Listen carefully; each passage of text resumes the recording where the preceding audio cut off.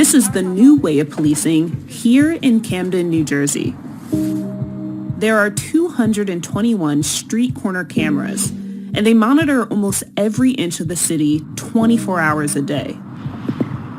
You can see exactly where in the city it's located, and then you can hit a street view, and the officers will know. It'll be by the third house at the end of the block. Officers also listen to dozens of microphones that help identify shootings. That's 20 bullets being fired. It all happens from the safety of their multi-million-dollar surveillance hub. Camden completely dissolved its police department a decade ago. Its goal was to combat internal corruption, spiking crime rates, and save the city money. Today, it's a model for both reform and surveillance-based policing. You've made real progress in just 2 years. Other cities across America can make similar progress. But some community members question whether the department has overstepped its boundaries. Camden City is not a model police department unless you want to have your city and your residents under surveillance 24 hours a day. Every step you make, someone has a possibility of watching you. We went inside the Camden County Police Department to see if reform resulted in better policing or what some worry is over-policing.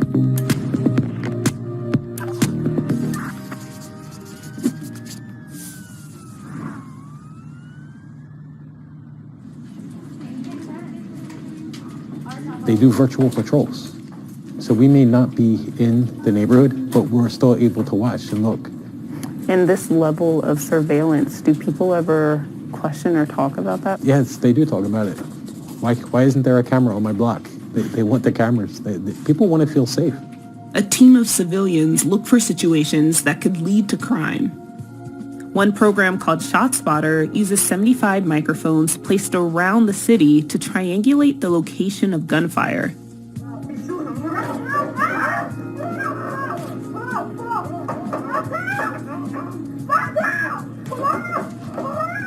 Since 2013, the command center has been one of the department's crowning achievements. In fact, there are less than 90 centers like this across the nation, according to research tracked by the University of Nevada. Body cameras are also a critical part of the department's tech strategy. Officer Anthony Alvarez is reviewing a call he responded to when a man was threatening to harm himself and others. He's looking for areas where he could have improved. Hey, bud, can I talk to you real quick? The suspect held what looked like sharpened drumsticks. Eventually, his partner deploys a taser.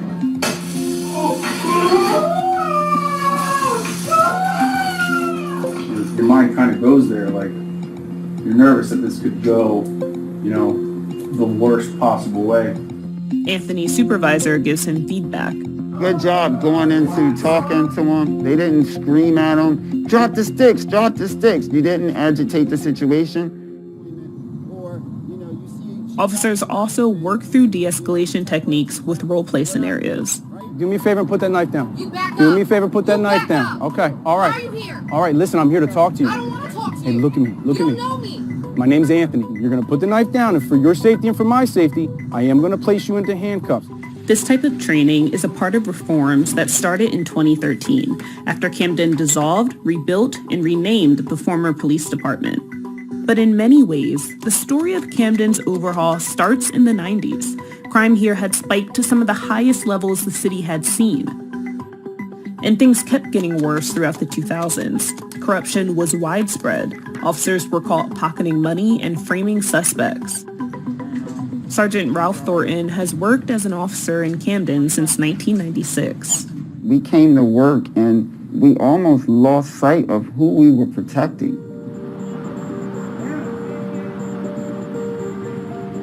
I heard other officers make comments such as, Camden's a toilet, which is full of crap. I grew up in the projects, under one of the worst projects in East Camden. I'm not a criminal. People that come out of Camden aren't criminals, but that's how police viewed them. By the end of 2010, the economic crisis was hitting Camden hard. For years, the city relied heavily on state aid, and the police accounted for about a half of the city's overall budget. Because of the department's expensive union contracts and its history of bad policing, former New Jersey Governor Chris Christie slashed its budget in 2011, a moment widely reported by many news outlets. This was about responsible, caring leaders recognizing some undeniable truths about Camden City's law enforcement needs. One by one, police officers lined up 168 pairs of boots outside headquarters in Camden, New Jersey. One for each job lost. It's going to be devastating. You know, who's to protect us? During the 2 years that it took to form the new police department, crime in Camden skyrocketed to the highest in the country. Homicides basically doubled within the next year, and they were at the highest mark that they've been at for a long time. Camden brought in a new chief, implemented new technology and training, and eventually hired about half of the original staff. Even the city's former chief had to reapply. I had to do a 55-page application to apply for a job I'd been doing for, I believe at the time, was 22 years. It was a decision that each officer had to make. Did you want to go through this? Did you want to be part of a new organization? Some officers refused to join the new force because of lower wages and union disagreements. And some community members petitioned to stop the disbandment altogether. Violent crime did eventually go down since the department launched in 2013. Homicides reached an all-time low in 2019, and these statistics became a regular talking point. We continue to drive crime down. Crime is down. The city is safer. We're 11% down in overall violent crime. But for some residents, lower crime doesn't mean the problem is fixed. This is like the tradition of what happens when someone in the street has been killed in a particular area. Wherever that area took place at, they do a memorial. Kevin Barfield has lived in Camden since the 70s. He says the new cameras and microphones were troubling for locals. I felt as though, and people in the community felt, that we was under martial law. Critics say surveillance sparked fears of over-policing. A report from the Philadelphia Inquirer found that the number of excessive force complaints nearly doubled just a few years after the old department was dissolved. According to the department, those numbers have dropped significantly since then. Still, residents are wary. I know as a community and as someone who lived in that area where the police presence was heavily present, that there was a lot of situations where community and businesses felt that they were kind of being harassed and picked on to try to bring this term law and order to the city. Today, Kevin is the president of the Camden chapter of the National Association for the Advancement of Colored People, or NAACP. You do not prevent crimes with technology. Where do you think the level of data-driven technology ends and community policing begins? I think more of the community would want to see is the more transparency, even in the data and how it's being reported. We have not seen any distinction in saying that this technology has helped to reduce this particular crime in this particular area. One thing they will say is that we have had less murders since 2013.